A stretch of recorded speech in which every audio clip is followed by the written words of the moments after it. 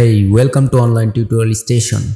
আজকের ভিডিওতে আমি আপনাদেরকে দেখাবো যাদের এনআইডি কার্ড নেই তারা কিভাবে ঘরে বসেই অনলাইনের মাধ্যমে এনআইডি কার্ডের জন্য আবেদন করবেন এবং কোথায় কি কাগজপত্র সহ জমা দিবেন এবং সবশেষে কিভাবে এনআইডি কার্ডটি হাতে পাবেন এ টু জেড আজকের ভিডিওতে হাতে হাতে শিখিয়ে দেব।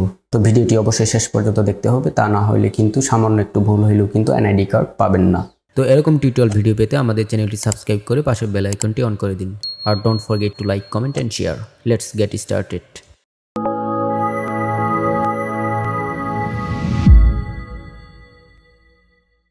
প্রথমে আপনাকে অনলাইনে আবেদন করতে হবে। তো আবেদন করার জন্য চলে যাবেন গুগল ক্রোমে গিয়ে সার্চ বারে গিয়ে লিখবেন, লিখে এন্টার চাপবেন। ওকে, তারপর এই যে ডান পাশে দেখতে পাবেন নতুন নিবন্ধনের জন্য আবেদন, এই যে এখান থেকে আবেদন করুন এই বাটনে ক্লিক করবেন। তো ক্লিক করার সাথে সাথে এরকম একটা ছোট্ট একটা ফর্ম চলে আসবে। এখানে হচ্ছে কি আপনার নামটা লিখে দিতে হবে ইংরেজিতে। তো এখানে আপনার জন্ম নিবন্ধন কার্ডে যেভাবে নামটা দেওয়া আছে হুবহু সেভাবে লিখে দিবেন। তো আমি দিয়ে দিচ্ছি। তারপর এখানে হচ্ছে কি জন্ম তারিখ আপনার জন্ম নিবন্ধন কার্ড অথবা সার্টিফিকেট অনুযায়ী হুবহু দিয়ে দিবেন। প্রথম হচ্ছে গিয়ে দিন, তারপর হচ্ছে কি আপনার মাস, তারপর হচ্ছে কি জন্ম সাল। ওকে, তারপর এখানে দেখতে পাবেন একটা সিকিউরিটি কোড, এই কোডটা এখানে লিখে দিবেন। এখানে যদি ছোট হাতের বা বড় হাতের যেভাবে থাকবে সেভাবে লিখে দিতে হবে। ওকে, তারপর এই যে বহাল এই বাটনে ক্লিক করবেন। তারপর প্রথমে এখানে আপনার একটা মোবাইল নাম্বার চাইবে। তো মোবাইল নাম্বার যেটা অলওয়েজ খোলা থাকে সেই নাম্বারটাই দিয়ে দিবেন। তারপর এই যে বার্তা পাঠান এই অপশনে ক্লিক করবেন। তো ক্লিক করার সাথে সাথে আপনার মোবাইল নাম্বারে একটা ভেরিফিকেশন কোড চলে যাবে, সেই কোডটা এখানে লিখে দিবেন। তো আমি লিখে দিলাম। তারপর বহাল এই বাটনে ক্লিক করবেন। তারপর এখানে একটা ইউজার নেম আর পাসওয়ার্ড চাবে পরবর্তীতে লগ ইন করার জন্য। তো এখানে ইউজার নেমটা দিয়ে দিবেন। ইউজার নেম হচ্ছে গিয়ে সবগুলো ছোট হাতের অক্ষরে দিবেন। তো আমি দিয়ে দিচ্ছি। আর ইউজার নেমটা একদম ইউনিক হতে হবে, যদি অন্য কারোটার সাথে মিলে যায় তাহলে কিন্তু নিবে না। তো আমি লাস্টে কয়েকটা ইউনিক নাম্বার দিয়ে দিচ্ছি। ওকে, তারপর পাসওয়ার্ড। তো পাসওয়ার্ড অবশ্যই কমপক্ষে 6 সংখ্যার দিবেন। তারপর পুনরায় পাসওয়ার্ড, মানে যে পাসওয়ার্ডটা এখানে লিখে দিলেন সেম পাসওয়ার্ডটা এখানে আবার লিখে দিবেন। এই ইউজার নেমটা অন্য সবার থেকে আলাদা হইতে হবে, না হলে কিন্তু নিবে না। তারপর বহাল। ওকে, আমাদের একটি অ্যাকাউন্ট ক্রিয়েট হয়ে গেল এই যে এমডি সাকিব হাসান নামে। তো তারপর এখান থেকে চলে যাবেন এই যে প্রোফাইল এই অপশনে। তারপর এখান থেকে এই যে ডান পাশে দেখতে পাবেন এডিট বাটন, এই এডিট অপশনে ক্লিক করবেন। ওকে, তারপর এখানে আপনার নাম বাংলাতে লিখে দিবেন। আমি আবার বলছি, এখানের যে নামগুলো লিখবেন একদম হুবহু আপনার জন্ম নিবন্ধন অথবা সার্টিফিকেট অনুযায়ী দিবেন। যদি ভুল হয় পরবর্তীতে যদি সংশোধন করতে চান তাহলে কিন্তু অনেক বড় হ্যাসেলে পড়ে যাবেন। তো আমি এখানে আমার নামটা বাংলায় লিখে দিচ্ছি। ওকে, তারপর এখানে আপনার নামটা ইংরেজিতে দেখতে পারবেন। তারপর হচ্ছে গিয়ে লিঙ্গ, এখান থেকে আপনি পুরুষ হইলে পুরুষ আর মহিলা হইলে মহিলা দিয়ে দিবেন। ওকে, তারপর রক্তের গ্রুপ, এখানে আপনার রক্তের গ্রুপটা সিলেক্ট করে দিবেন। ওকে, তারপর জন্ম নিবন্ধন নাম্বার, এখানে হচ্ছে কি আপনার জন্ম নিবন্ধন কার্ডে 17 সংখ্যার যে নাম্বারটা আছে সেটা এখানে বসিয়ে দিবেন। তো আমি দিয়ে দিচ্ছি। ওকে, তারপর জন্মস্থান, এখানে আপনার জন্মস্থানের জেলাটা সিলেক্ট করে দিবেন। আমি দিয়ে দিচ্ছি জামালপুর। তারপর জাতীয়তা অবশ্যই বাংলাদেশি। তারপর পিতার তথ্য, এখানে আপনার পিতার নামটা বাংলায় দিয়ে দিবেন। তো আমি দিয়ে দিচ্ছি। তারপর পিতার নাম এখানে ইংরেজিতে লিখে দিবেন আপনার পিতার আইডি কার্ড অথবা আপনার সার্টিফিকেট অনুযায়ী। তারপর পিতার এনআইডি, এখানে আপনার বাবার এনআইডি কার্ডের নাম্বারটা বসিয়ে দিবেন। যদি আপনার বাবার এনআইডি কার্ড না থাকে তাহলে সেক্ষেত্রে এখানে নাম্বারটা না বসাইলেও চলবে। তো আমার যেহেতু আছে আমি বসিয়ে দিচ্ছি। ওকে, তারপর পিতার ভোটার নম্বর এটা লাগবে না। তারপর মৃত্যুর সন, যদি আপনার পিতা যদি মৃত হয়ে থাকে তাহলে যে মৃত এই অপশনে ক্লিক করে দিয়ে এখানে কত সালে মৃত্যুবরণ করছে সেই সালটা লিখে দিবেন। ওকে, তারপর মাতার তথ্য, এখানে আপনার মাতার নাম বাংলাতে লিখে দিবেন। ওকে, তারপর মাতার নাম ইংরেজিতে। তারপর মাতার এনআইডি, এখানে আপনার মায়ের এনআইডি কার্ডের নাম্বারটা বসাই দিবেন। মাতার ভোটার নম্বর এটা লাগবে না। আর মৃত্যুর সময় যে আপনার মাতা যদি মৃত হয়ে থাকে তাহলে মৃত এখানে টিক দিয়ে এখানে মৃত্যু সালটা লিখে দিবেন। তারপর বড় ভাই বোনের তথ্য, এখানে আপনি চাইলে আপনার বড় ভাই বোনের নাম এবং এনআইডি কার্ডের নাম্বার বসিয়ে দিতে পারেন, আর না দিলেও প্রবলেম নেই। তারপর দেখতে পাচ্ছেন বৈবাহিক অবস্থা, এখানে আপনি যদি বিবাহিত হয়ে থাকেন তাহলে বিবাহিত দিয়ে দিবেন। বিবাহিত দিয়ে আপনার স্বামী অথবা স্ত্রীর নাম এবং এনআইডি কার্ডের নাম্বারটা লিখে দেবেন। আর যদি অবিবাহিত হয়ে থাকেন তাহলে এই যে অবিবাহিত অপশনটা এটাতে সিলেক্ট করে দিবেন। ওকে, তো প্রথম পেজ আমাদের ফিল আপ করা শেষ। তারপরে দেখতে পাবেন অন্যান্য তথ্য, এটাতে ক্লিক করবেন। ওকে, প্রথমে দেখতে পাবেন শিক্ষাগত যোগ্যতা, এখানে আপনি আপনার শিক্ষাগত যোগ্যতাটা দিয়ে দেবেন, মানে আপনি কি পর্যন্ত পড়াশোনা করেছেন বা কি পাস করেছেন।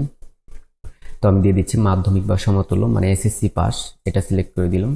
এখানে আপনার শিক্ষাগত যোগ্যতা সিলেক্ট করে দিবেন। তারপর হচ্ছে গিয়ে পেশা, আপনি যদি সরকারি চাকরি করেন বা বেসরকারি চাকরি করেন বা ডাক্তার, অনেক অপশন দেওয়া আছে, এখান থেকে আপনি আপনার পেশাটা সিলেক্ট করে দেবেন। তো আমি ছাত্র দিয়ে দিচ্ছি।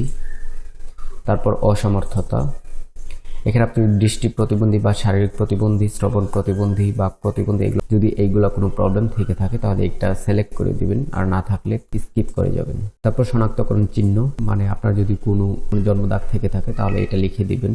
তারপর 3 নম্বর, আপনার যদি ই-টিন সার্টিফিকেট মানে ট্যাক্স সার্টিফিকেট যেটা যদি থেকে থাকে তাহলে সেই 3 নম্বরটা লিখে দেবেন, আর না থাকলে দেওয়ার দরকার নেই। তারপর ড্রাইভিং লাইসেন্স নম্বর, ড্রাইভিং লাইসেন্স নম্বর থাকলে দিবেন, না থাকলে স্কিপ করে যাবেন। তারপর পাসপোর্ট নম্বর, পাসপোর্ট থাকলে পাসপোর্টের নাম্বারটা এখানে বসিয়ে দিবেন, আর না থাকলে দেওয়ার দরকার নেই।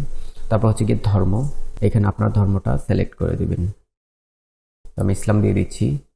তারপর টেলিফোন নম্বর, এটা স্কিপ করে যাবেন, লাগবে না। তো আমাদের সেকেন্ড পেজটাও ফিল আপ করা শেষ। তারপর চলে যাবেন এই যে ঠিকানা 3 নম্বর অপশনে। ওকে, অবস্থানরত দেশের নাম, মানে আপনি কোন দেশে বর্তমানে আছেন, তো এই যে বাংলাদেশ, আমি বাংলাদেশে আছি। ওকে, তারপর ভোটার ঠিকানা, মানে আপনি কোথায় ভোট দিবেন, বর্তমান ঠিকানায় ভোট দিবেন নাকি স্থায়ী ঠিকানায় ভোট দিবেন সেটা সিলেক্ট করে দিবেন। তো আমি যেহেতু বর্তমান ঠিকানায় ভোট দিব, তো আমি বর্তমানটা সিলেক্ট করে দিচ্ছি। তারপর বর্তমান ঠিকানাটা এখানে দিয়ে দিতে হবে। তো বিভাগ, আমার বর্তমান ঠিকানা হচ্ছে গিয়ে ঢাকা।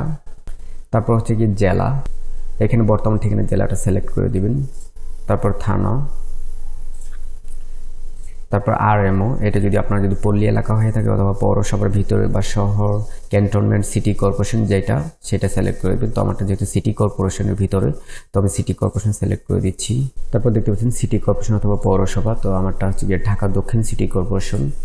তারপর ইউনিয়নের ওয়ার্ড নাম্বার হচ্ছে কি আমার 3। তারপর হচ্ছে কি মৌজা বা মহল্লা, এখানে আপনার মহল্লার নামটা দিয়ে দিবেন। তো আমারটা হচ্ছে কি মেরাদিয়া। ওকে, তারপর ইউনিয়নের ওয়ার্ড নাম্বার, এখানে আপনার ইউনিয়নের ওয়ার্ড নাম্বার যেটা সেটা এখানে বসিয়ে দিবেন।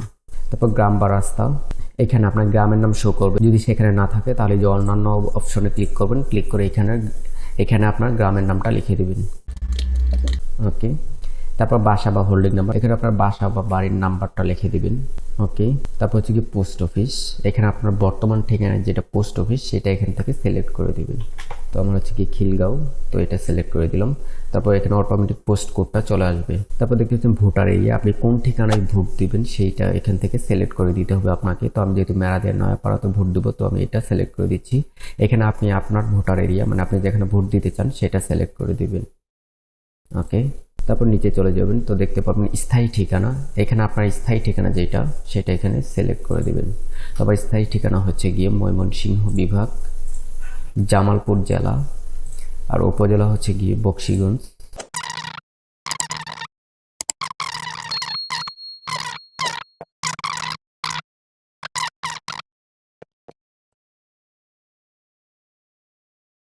তো আমাদের বর্তমান ঠিকানা এবং স্থায়ী ঠিকানা দেওয়া শেষ। তো এটা হচ্ছে গিয়ে ইম্পর্টেন্ট। তো আপনি যেখানে থাকেন, মানে বর্তমান ঠিকানাটা এখানে দিয়ে দিবেন। তারপর হচ্ছে স্থায়ী ঠিকানা, মানে যেখানে আপনি একদম স্থায়ীভাবে থাকেন সেই ঠিকানাটা এখানে দিয়ে দিবেন। আর এই যে ভোটার ঠিকানাটা, মানে আপনি কোথায় ভোট দিতে চান, মানে বর্তমানে যেখানে থাকেন সেখানে নাকি স্থায়ী ঠিকানাতে যেখানে দিতে চান সেটা সিলেক্ট করে দিবেন। তো এগুলো খুব ভালোভাবে চেক করে নেবেন। তো সব কিছু যদি ঠিক থাকে তাহলে এই যে পরবর্তী বাটন এটাতে ক্লিক করবেন। ওকে, তো ক্লিক করার পর দেখতে পাবেন কাগজপত্রের প্রয়োজন নেই, মানে অনলাইনে আপনাকে কোনো কাগজপত্র দাখিল করতে হবে না। তারপর এখানে আবার পরবর্তী বাটন, এটাতে আবার ক্লিক করবেন। তো একদম ফাইনাল সাবমিট এই অপশনে ক্লিক করবেন। ওকে, সাবমিট করার সাথে সাথে দেখতে পাবেন আপনার একটি অ্যাপ্লিকেশন পেন্ডিং রয়েছে। এখানে আপনার তথ্যগুলো আবার দেখতে পারবেন। তারপর এই যে উপরে কোনায় দেখতে পাবেন ডাউনলোড, এই অপশনে ক্লিক করবেন। ক্লিক করার সাথে সাথে আপনার অ্যাপ্লিকেশন কপিটি ডাউনলোড হওয়া শুরু হবে। আমার অ্যাপ্লিকেশন কপিটি কিন্তু ডাউনলোড হয়ে গেছে। তারপর এটা ওপেন করে নেবেন। এটা হচ্ছে গিয়ে আপনার অ্যাপ্লিকেশন কপি। তারপর এই অ্যাপ্লিকেশন কপিটি হচ্ছে গিয়ে আপনার এলাকার কমিশনার অথবা চেয়ারম্যানের কাছে নিয়ে যাবেন, তাহলে উনি একটা সিগনেচার দিয়ে দিবে। এই যে শনাক্তকারীর এনআইডি, এখানে একটা সিগনেচার দিয়ে দিবে। তো সিগনেচার করে নেওয়ার পর এই অ্যাপ্লিকেশন কপির সাথে হচ্ছে গিয়ে আপনার জন্ম নিবন্ধন কার্ডের ফটোকপি এবং আপনার 5 বা 8 অথবা এসএসসি পাশের সার্টিফিকেট এবং আপনার বাবা মায়ের এনআইডি কার্ডের ফটোকপি, তারপর চেয়ারম্যানের কাছ থেকে একটা পরিচয়পত্র এবং আপনার বাসার বিদ্যুৎ বিলের ফটোকপি সহ 15 দিনের মধ্যেই আপনার থানার নির্বাচন কমিশন অফিসে গিয়ে জমা দিবেন এবং তখন তারা আপনার হচ্ছে গিয়ে ছবি, ফিঙ্গার এগুলো নিয়ে নেবে। তো নিয়ে নেওয়ার পর 1 মাসের মধ্যেই আপনার অ্যাকাউন্টে লগ ইন করে আপনার এনআইডি কার্ডটি ডাউনলোড করে নিতে পারবেন। তো থ্যাংক ইউ। ভিডিওটি ভালো লাগলে অবশ্যই লাইক কমেন্ট শেয়ার করে দিবেন।